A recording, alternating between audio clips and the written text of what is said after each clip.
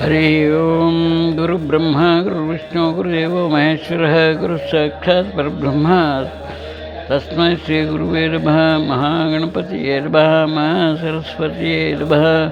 ಬಂಧುಗಳೇ, ಇವತ್ತು ವಿಶೇಷವಾಗಿ ಶಿವರಾತ್ರಿ ಮಹಾತ್ಮ್ಯದಿಂದ ಏನು ಮಾಡಬೇಕು ಅಂದರೆ, ಕೆಲವೆಲ್ಲ ನಿಯಮಗಳಿದೆ.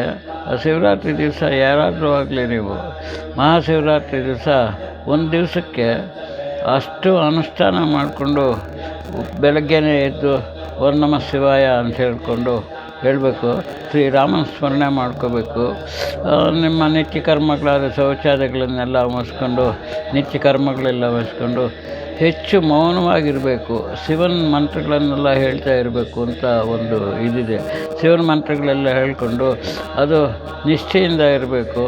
ಆಮೇಲೆ ಮಧ್ಯಾಹ್ನ ಆಗಲೇ ಸ್ವಲ್ಪ ಹಾಲು ಹಣ್ಣು ತಗೋಬೋದು. ಉಪವಾಸ ಅಂತ ಬೇಯಿಸಿದ ಪದಾರ್ಥ ಅಥವಾ ಮಾಂಸಾಹಾರ ತಗೋಬಾರ್ದು ಅಂತ ಹೇಳ್ತಾರೆ. ಆದ್ದರಿಂದ ನೀವು ಹಣ್ಣು ಹಾಲು ತಗೊಳ್ಳಿ, ಒಳ್ಳೆಯದಾಗುತ್ತೆ. ಇದೇ ಥರ ಉಪವಾಸ ಇದ್ದು ಧ್ಯಾನ ಮಾಡಿ. ನಾವೇನು ಶಿವರಾತ್ರಿ ರುದ್ರಾಭಿಷೇಕ ಮಾಡಬೇಕು, ಅದು ಮಾಡಬೇಕು ಅಂತ ಹೇಳ್ತಾ ಇಲ್ಲ. ನಿಮ್ಮ ಮನಸ್ಸಿಗೆ ಬಂದಿದ್ದನ್ನು ಶಿವನ ಧ್ಯಾನಗಳು ಬೇಕಾದಷ್ಟು ಶ್ಲೋಕಗಳಿದೆ, ಬೇಕಾದಷ್ಟು ಅನುಕೂಲಗಳಿದೆ.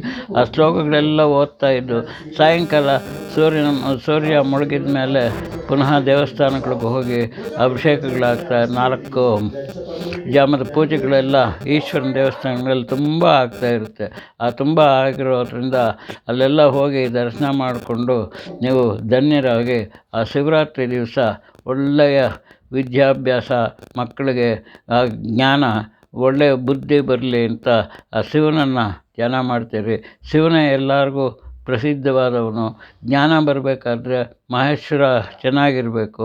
ಅದಕ್ಕೋಸ್ಕರನೇ ಹೇಳ್ತಾರೆ, ಆರೋಗ್ಯಂ ಭಾಸ್ಕರಾದೀನಂಚ ಧನಮಿತ್ತಂಚ ಹುತಾಶನಃ ಜ್ಞಾನಂ ಹುತಶ್ಚ ಮೋಕ್ಷವಿಶ್ಚಂಚ ಜನಾರ್ದನಃ ಅಂತ.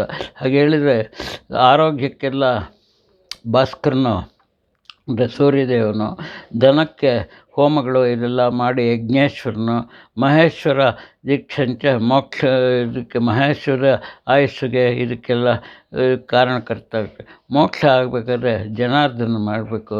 ಈ 4 ನಮಗೆ ಸಿಕ್ಕಿದರೆ ಜ್ಞಾನವೆಂಬ ಇದರಲ್ಲಿ ಶಿವರಾತ್ರಿ ದಿವಸ ನಾವು ಒಳ್ಳೆ ಇದು ಮಾಡಿಕೊಂಡು ದೇವರನ್ನ ಜಪ ಮಾಡಿಕೊಂಡು ಪುಣ್ಯ ಮಾಡಿಕೊಂಡು ಎಲ್ಲರಿಗೂ ಒಳ್ಳೆಯದಾಗಲಿ, ಭಗವಂತನ ನಾಮಸ್ಮರಣೆ ಮಾಡ್ತಾ ಇರಬೇಕು. ಯಾಕೆಂದರೆ ಶಿವಾಯ ವಿಷ್ಣುರೂಪಾಯ ಶಿವರೂಪಾಯ ವಿಷ್ಣುವೇ ಶಿವಶ್ಚೌರ್ಯಂ ವಿಷ್ಣುಶ್ಚೌರ್ಯಂ ಶಿವ ಯದಾಂತರಂ ನ ಪಶ್ಯಾಮಿ ತುತಾಮೇ ಸ್ವಸ್ತಿರಾಯಸು ಅಂತ ಹೇಳ್ತಾರೆ. ಅದಕ್ಕೋಸ್ಕರ ಯಾವುದನ್ನ ಧ್ಯಾನ ಮಾಡಿ ವಿಷ್ಣುವಿಗೆ ಮಾಡಿದ್ರೆ ಶಿವನಿಗೆ ಹೋಗುತ್ತೆ, ಶಿವನಿಗೆ ಮಾಡಿದ್ರೆ ವಿಷ್ಣುವಿಗೆ ಹೋಗುತ್ತೆ. ಅದರಿಂದ ಶಿವರಾತ್ರಿ ನಿಮಗೆಲ್ಲ ಒಳ್ಳೆಯದಾಗಲಿ. ಶಿವನ ಭಜನೆ ಮಾಡ್ತಾಯಿರಿ. ಶಿವರಾತ್ರಿಗೆ ದೇವಸ್ಥಾನಗಳಿಗೆ ಹೋಗಿ ಅಭಿಷೇಕ ಮಾಡಿಸಿ, ಯಾವುದಾದ್ರೂ ಶಿವನ ದೇವಸ್ಥಾನಕ್ಕೆ ಪರವಾಗಿಲ್ಲ, ಹೋಗಿ ಒಳ್ಳೆಯದಾಗಲಿ ಅಂತ ಎಲ್ಲರಿಗೂ ಬೇಡಿಕೊಂಡು ಇವತ್ತು ನನ್ನ ಈ ಒಂದು ಮಾತನ್ನು ನಿಲ್ಲಿಸ್ತಾ ಇದ್ದೀನಿ.